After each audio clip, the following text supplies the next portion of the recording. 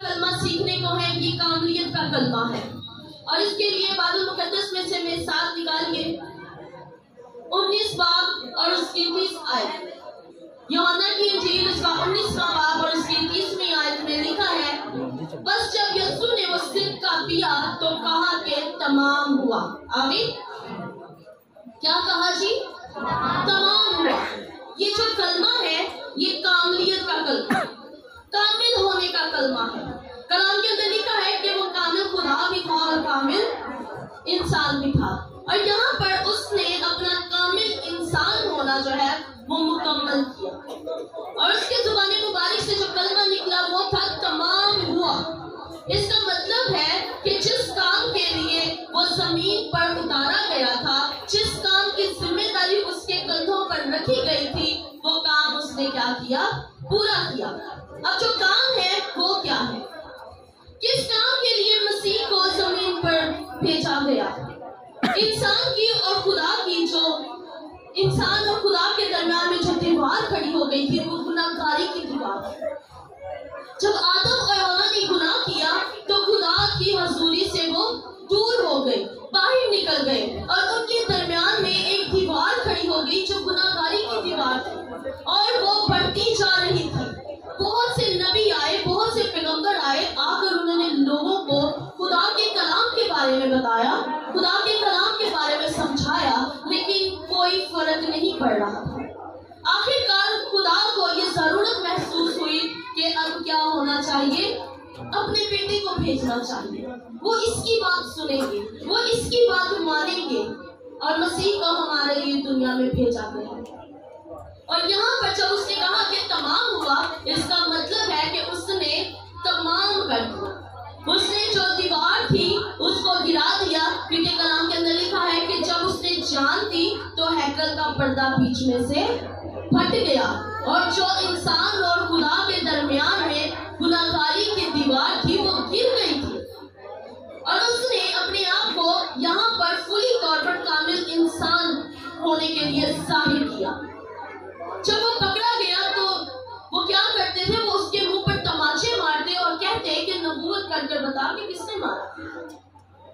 अगर वो वहां पर कामिल खुदा होता तो बताता, लेकिन उसने अपना आप जाहिर नहीं किया, उसने अपने आप को उनके ऊपर जाहिर नहीं किया। यहाँ तक कि डाकुओं ने उससे कहा कि तू खुद भी बचा, हमें भी बचा ले।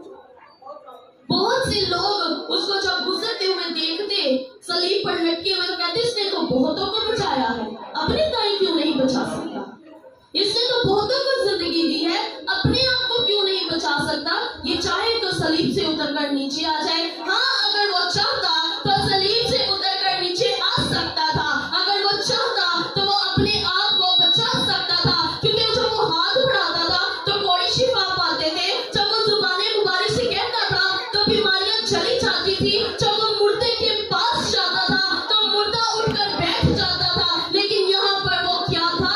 कामलियत को साबित करना चाहता था, यहाँ पर वो कामिल होने को साबित करना चाहता था। इसलिए उसने ऐसा कुछ नहीं किया और अपना आप पूरी तौर पर हमारे लिए दे दिया। अगर वो वहां पर ऐसा कर देता तो आज हम बुलंद आवाज से ये पुकार कर ना कहते कि हमारा मसीह मुर्दों में से जिंदा है। हालेलुया। हम ये नहीं कह सकते थे कि हमारा मसीह मुर्दों में से जिंदा है। बहुत से लोग कहते हैं कि जी आज सोग का दिन है, आज बड़ा सोग का दिन है, मगर मैं इस चीज को नहीं मानती कि आज सोग का दिन है। हाँ, ये आज सोग का दिन तब होता अगर मसीह मरता, दफन होता और मुर्दों में से जी ना उठता, तब ये आज का दिन सोग का दिन होता। लेकिन आज का दिन तो जलालियत का दिन है, आज का दिन तो मसीहत का दिन है कि वो आज सलीब पर लटकाया गया हमारे लिए, वो मर गया और दफन हुआ और तीसरे दिन अपने कहने के मुताबिक मुर्दों में से जी उठा। हमारे लिए बड़े खुशी की बात है कि हमारा मसीह जी उठा है, हमारा मसीह आसमान पर तख्त नशीं है। और बड़ी जल्दी ये वक्त आएगा कि जब वो अपनी दुल्हन को लेने के लिए वापस बादलों के रथ पर सवार होकर आएगा और कहेगा कि आओ मेरे प्यारे मुबारक बाप के बेटे और बेटियों, आकर मेरे साथ उस बादशाही के अंदर दाखिल हो जो तुम्हारे वास्ते रखी हुई है। उन सड़कों पर चलो फिरो जो तुम्हारे वास्ते बनाई गई है, उन घरों के अंदर रहो रास्ते तैयार किए गए। इसका मतलब है कि उसने सब कुछ तमाम कर दिया। उसने इंसानों के गुनाहों का तमाम कर दिया है। उसने जितनी गुनाहगारी की जिंदगी थी, बदकारी की जिंदगी थी, दबी हुई जिंदगी थी, उसने खत्म कर दी है। आज अगर फिर भी हम दबे हुए हैं तो ये हमारी अपनी कमजोरियां हैं, हमारी अपनी परेशानियां हैं, हमारे अपने खुदा के पीछे ना चलने के, उसके कलाम पर अमल ना करने की वजह से। उसने तो सब कुछ तमाम कर दिया। उसने कहा सब कुछ तमाम हो गया है, तुम बाप के बेटे और बेटियां हो। डायरेक्ट खुदा ने हमसे कलाम करना शुरू कर दिया है।